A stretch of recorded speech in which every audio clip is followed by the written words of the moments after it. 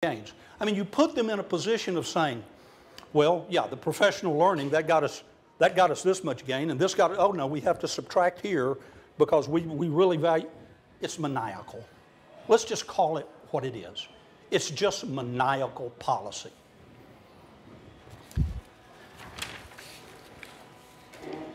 I want reports on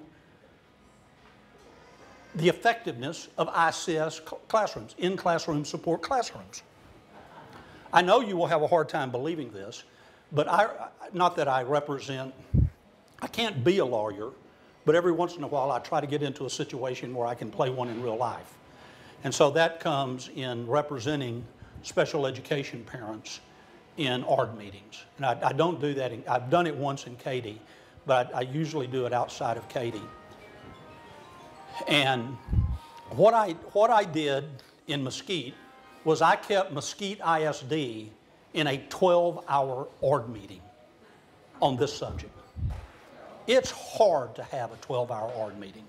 And I did it, and there was only one person that I apologized to, and that was the regular education classroom teacher. I said, my wife is a regular ed classroom teacher. If I don't get past the pearly gates, it's going to be of what I'm about to do to you. And I apologize in advance.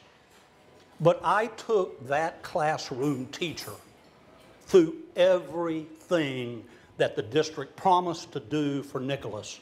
You remember Nicholas? For Nicholas, and what she was not able to do.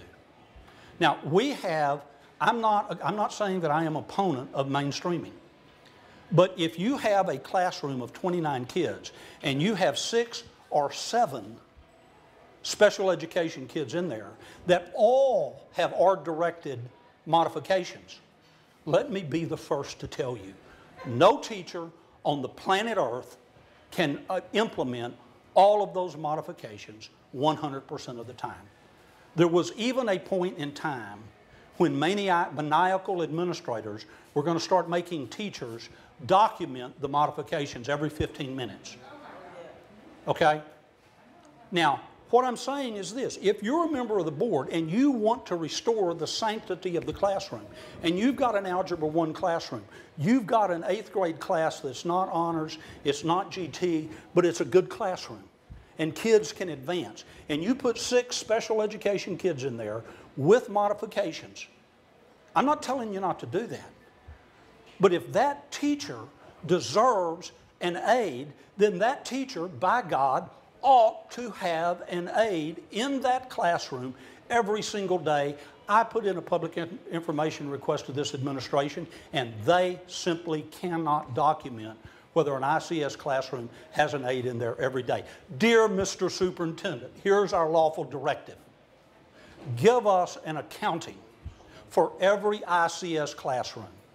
We want a quality control analysis of every ICS classroom. We want to know every day that an aide is in that classroom or not, and we want some direct input from the classroom teacher as to how valuable that aide situation is.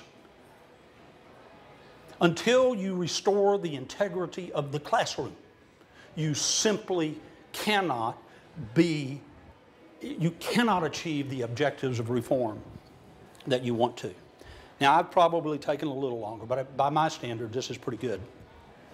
I want to tell an anecdote, and this anecdote is dedicated to Bill Proctor, because there's no one on the planet Earth who understands better what he's about to take on. There's no one that understands it as I do. I want to tell you an anecdote for when I was on the Harris County Hospital District Board of Managers. 9 people. We were in an executive session, and the consultant, and I really believe, like most consultants, just too stupid to know what he was asking us to do. But the consultant was asking the board to take an action. And that action was against the law. He was asking the board to violate the law.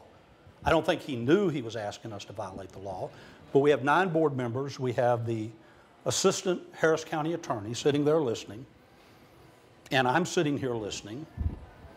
And I'm looking at the attorney. I'm not staring her down. And I'm saying, surely she's going to say something. And it kept going, and the board seemed to be warming up because it was really a pleasant thing to do. It would have solved a big political problem to do what the consultant was asking us to do. But I waited in a remarkable show of patience, Larry, remarkable show of patience. I waited about 2 to 3 minutes.